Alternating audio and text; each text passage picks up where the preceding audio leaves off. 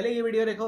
लड़का लड़की पे तो बात महंगे, पहले ये समझाओ मुझे भाई, एनालॉजी समझाओ भाई, कैसी जीव भैया जिसको घर के दाल चावल पसंद आना बंद हो गए। एक ऐसा आदमी जिसके 4 पार्टनर्स रहे, जिसने कॉन्शियसली अपने डिजायर्स को एक्सप्लोर किया है जग के, वो एक ऐसे वर्जिन से कहीं गुना ज्यादा स्टेबल और लॉयल हो सकता है, जिसको कभी मौका नहीं मिला कुछ करने का, जिसको रिप्रेस करवाए गए, उसके डिजायर्स दबाए गए, जो इस कल्चर का बहुत बड़ा हिस्सा है। तो चलिए हम एक ऐसे देश, एक ऐसे कल्चर के विषय में बात करते हैं जहां सेक्सुअल एजुकेशन और इन चीजों को कभी भी रिप्रेस नहीं किया गया, खुल के एक्सप्रेस किया गया, जहां average virginity losing age 17 years है, जहां पे हर व्यक्ति कॉन्शियसली 3-4 पार्टनर्स के साथ रहता है, उसके बाद एक पार्टनर फाइनल करता है। तो अकॉर्डिंग टू भाई साहब उन्हें वर्जिन से ज्यादा स्टेबल और लॉयल रहना चाहिए।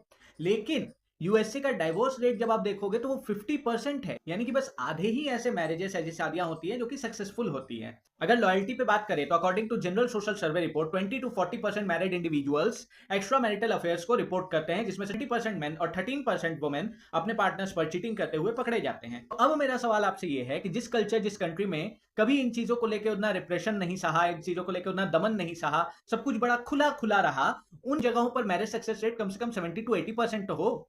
चीटिंग के केसेस कम से कम 5 से 6% आए तो समझ में भी आता है, 20 से 40%, कुछ कुछ केसेस में 70%। अच्छा, कोई व्यक्ति कह सकता है कि भाई अमेरिका अमेरिका क्या करो, इंडिया की बात करो ना, यहाँ ये चीजें नहीं हो रही क्या, यहाँ ये चीजें बढ़ नहीं रही। वही तो मैं भी पूछ रहा हूँ कि क्यों बढ़ रही है।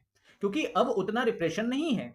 अब व्यक्ति 3-4 रिलेशनशिप में रहता है, अब व्यक्ति यहाँ पर लिव इन भी अब कॉमन होता जा रहा है, हम सब जानते हैं। तो अब ये चीजें यहाँ पर बढ़ क्यों रही है, घटनी चाहिए ना भाई मेरे। डाइवोर्स रेट, चीटिंग केसेस, ये सब बढ़ क्यों रहे हैं। अब हमारे कल्चर ने कभी भी इन डिजायर को रिप्रेस करने की बात नहीं की, बल्कि चैनलाइज करने की बात की।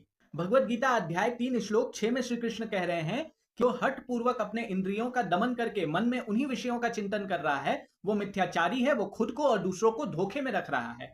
और इसलिए इसे चैनलाइज करने की बात कही गई है। सिर्फ भगवत गीता में ही नहीं, ऑटोबायोग्राफी ऑफ योगी, कुछ सेल्फ हेल्प बुक जैसे think and grow rich, the way to be the superior man, सब में यही बात कही गई है सर।